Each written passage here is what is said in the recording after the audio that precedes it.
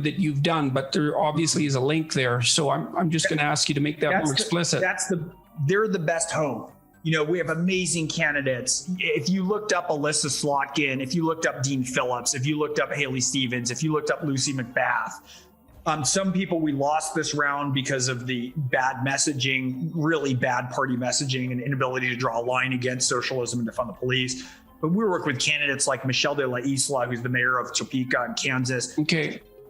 So you're pleased about the effectiveness of your strategy on raising the overall capacity for performance of a new generation or part of a new generation of political decision makers?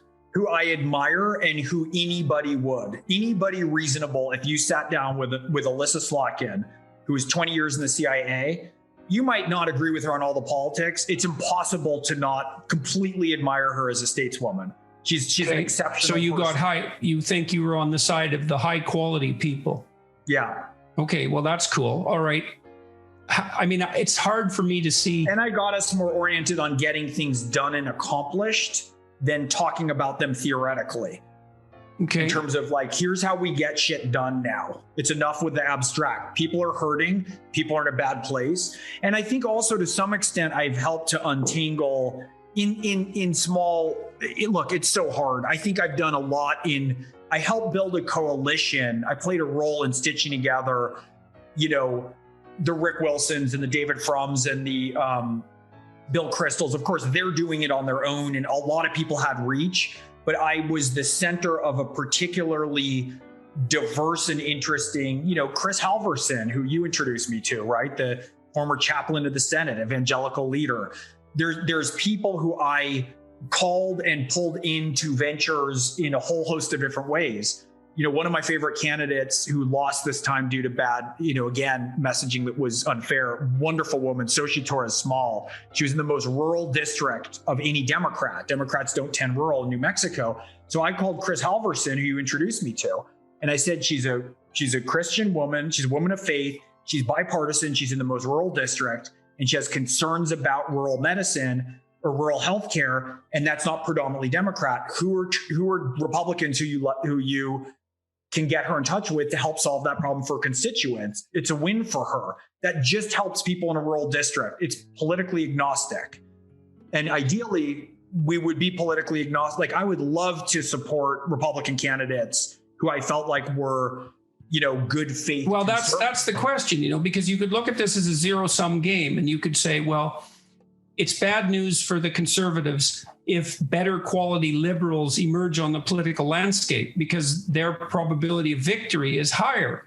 But then you could take the opposite viewpoint. You could say, no, everyone wins if the quality of candidates on both sides of the spectrum are elevated, if the quality is elevated. And that's the only thing that keeps us. See, I view the extremism like we're on a seesaw, right? And so the game theory is that if people are in the middle and they're dealing with each other, like, you know, Tip O'Neill and Ronald Reagan, everyone can kind of be in the middle and you think the seesaw. But when one group starts to move and it's chicken or egg, the other has to move out to hold balance. And when you have the mainstream media divided since essentially the Gore Vidal, William Buckley Jr. debates, and there's a wonderful documentary, The Best of Enemies. I saw it, yeah. And you have social media driving that way, and you have, you know, capitalism by appropriating people for dopamine hits for the most extremism online, moving people that way. Everybody's moved out. And so part of it for me is if we can bring the Democrats back towards the middle, my hope is we can get Republicans there. And the other thing, that's the bet here, right? Is that, and Jordan, just one thing that I've wanted to talk to you about this for a minute, which is, you know, we talk about moderates and we talk about moderates and more extremes. And the distinction I make, it's like in psychology between process and content in a way. Like, my politics are actually probably significantly more progressive than where I live to negotiate and understand that within a system of governance, no one gets everything they want, and we need imperfect incremental progress where everybody takes less of what they want. And so I think that there's an aspect where we can talk about moderate in process. Like, I don't care how extreme within reasonableness, like AOC holding her views, I don't view that as some moral issue if she was more willing to engage on more fair terms about them. Like, I feel like we as a party could sustain a democratic socialist weighing in once in a while from a deep blue district to hold us to account for ways that maybe we would get too tangled up in corruption. It's all about the ability to engage properly, and then people's politics can be wherever they are. Well, that is essentially the subordination of ideology to the Constitution in some sense, right? Is that regardless of your stated goal and regardless of your ideological position, you swear to abide by the process rules. Right. Yeah. Well, and it all gets so that tricky. makes you a moderate. That's right. reasonable, or that makes you a kind of moderate, and it's a reasonable. Okay, I wanted to ask you too. So I know that the fact that you did this and the fact that it was successful, at least as a project, let's say, and probably because of its consequences, but certainly as a project because it's been going on for 4 years and manifested itself on a pretty large scale. What were the consequences for you personally, psychologically? What did this do to you? How did it change you? Wow.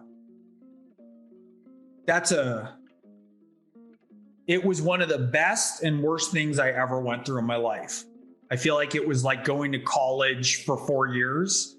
I don't have a belief that we can. So I was in large part engaged in the info wars, especially and acutely the last 7 months, because I was on viewing sort of people who are online are largely radicalized and weaponized. And I don't mean that flippantly. I mean that some of the playbooks that are issued by the extremes politically are the ISIS playbook. A lot of the opinions that we believe that we hold are out of troll farms in St. Petersburg.